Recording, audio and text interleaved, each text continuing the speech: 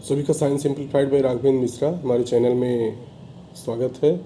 और इसमें भी कंट्रोल कोऑर्डिनेशन के फिफ्थ पार्ट यह है। इसमें हम जो है ब्रेन के हाइंड ब्रेन के बारे में बताना चाह रहे हैं। हाइंड ब्रेन जो है ब्रेन को थ्री पार्ट में है, फोर ब्रेन, मिड ब्रेन और हाइंड ब्रेन। तो फोर ब्रेन और मिड ब्रेन के बारे में बता चुके हैं। और हाइंड ब्रेन जो होता है पश्च मस्तिष्क कहते हैं, जिसके जो है इसमें जो मेन पार्ट्स पाए जाते हैं जो है पॉन्स बोलते हैं और सेरेबलम बोलते हैं, इसे अनुमस्तिष्क कहते हैं, और मेडुला बोलते हैं। तो इसका स्ट्रक्चर बहुत डिटेल हाई स्कूल में नहीं है, लेकिन काम इसके फंक्शंस के बारे में बता रहे हैं।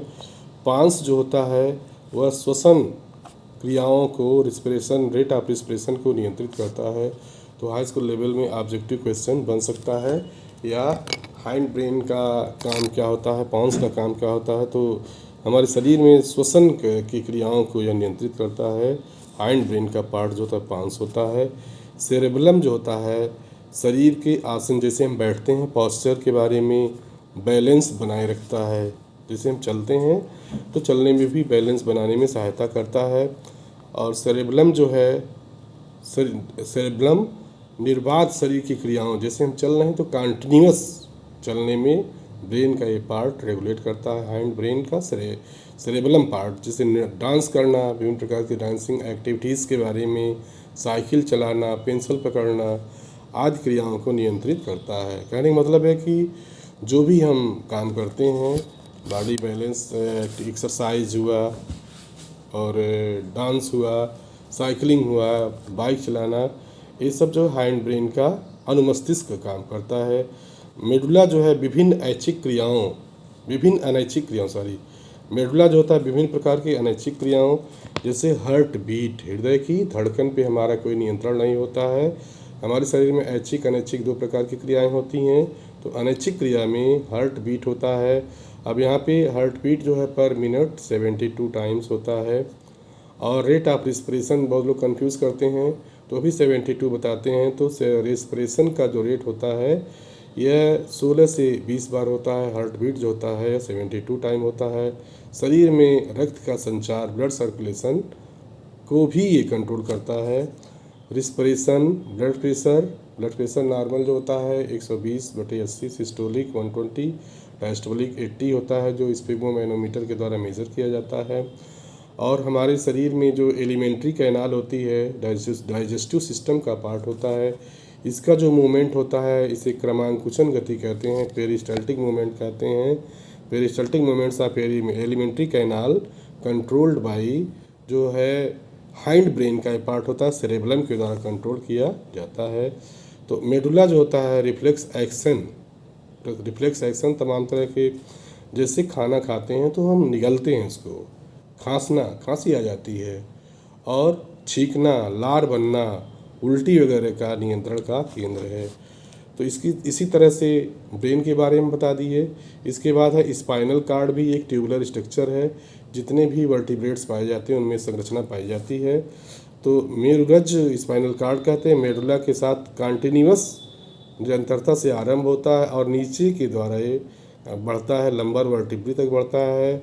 और सीने वाले पार्ट के ऊपर थोरेसिक रीजन होता है। और यह जो है वर्टिब्रल कॉलम नामक एक बॉडी केज में बंद होता है। तो स्पाइनल कार्ड जो होता है यह भी मस्तिष्क आवरण जो मेनिंजेस नामक झिल्लियों से ढका होता है, चूँकि ये सेंट्रल नर्वस सिस्टम का पार्ट होता है। मेरुरज्ज स्पाइनल कार्ड से कुल मिलाकर 21 जोड़ी स्पाइनल नर्व निकलती हैं। और ब्रेन में जो क्रेनियल नर्व निकलती है वह ब्रेन से फेशियल रीजन में जाती है। और स्पाइनल 12 पेयर होती है मैमल्स में, और एम्फीबियंस में 10 पेयर। ये ऑब्जेक्टिव क्वेश्चन बनेगा। और मेरुरज्ज स्पाइनल नर्व जो होती है 31 जोड़ी होती है।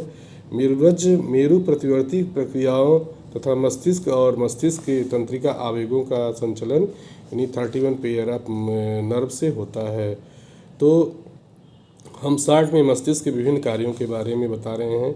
मस्तिष्क शरीर की संवेदी अंगों की सूचना को संवेदी अंगों से सूचना तंत्रिका आवेगों को ग्रहण करता है मस्तिष्क जो होता है, और फिर स्वयं ये अनुदेश को प्राप्त करके विभिन्न प्रकार की पेशियों को उनके कार्य करने के लिए प्रेरित करता है। सेंसरी न्यूरॉन्स जो होते हैं, सेंसरी न्यूरॉन्स, मोटर न्यूरॉन्स और एसोसिएटेड न्यूरॉन्स इसमें पार्टिसिपेट करते हैं। फिर है मस्तिष्क जो होता है विभिन्न प्रकार की ज्ञानेंद्रियों के द्वारा इम्पल्स को के बीच में, विविध प्रकार के इम्पल्स के बीच में एनालाइज करता है और उसमें सहसंबंध स्थापित करता है।